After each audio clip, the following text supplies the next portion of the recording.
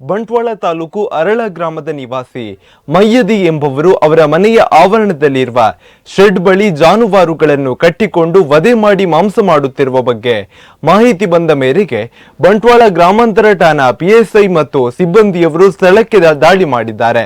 ಮನೆಯ ಬಳಿಯ ಶೆಡ್ನಲ್ಲಿ 3 ಜನರು ದನವನ್ನು ವಧೆ ಮಾಡಿ ಮಾಂಸ ಮಾಡುತ್ತಿದ್ದು, ದಾಳಿ ಸಮಯ ಇಬ್ಬರು ಪರಾರಿಯಾಗಿರುತ್ತಾರೆ. ಓರ್ವನನ್ನು ವಶಕ್ಕೆ ಪಡೆದು ವಿಚಾರಿಸಲಾಗಿ ಮಯ್ಯದಿ ಎಂಬಾತನಾಗಿದ್ದು, ಶೆಡ್ನಲ್ಲಿದ್ದ 3 ಹಸುಗಳನ್ನು ಮತ್ತು 1 ಕರುವನ್ನು ರಕ್ಷಿಸಲಾಗಿದೆ. ವಧೆ ಮಾಡಿದ ಸುಮಾರು 150 ಕೆಜಿ ದನದ ಮಾಂಸವನ್ನು ವಶಪಡಿಸಿಕೊಂಡಿದ್ದಾರೆ. ದಸ್ತಗಿರಿಯಾದ ಆರೋಪಿ ಮಯ್ಯದಿ ಎಂಬಾತನನ್ನು ಮಾನ್ಯ ನ್ಯಾಯಾಲಯ ಹಾಜರುಪಡಿಸಲಾಗಿದ್ದು, ತಲೆಮರೆಸಿಕೊಂಡ ಆರೋಪಿಗಳ ಪತ್ತೆ ಕಾರ್ಯ ಪ್ರಗತಿಯಲ್ಲಿದೆ.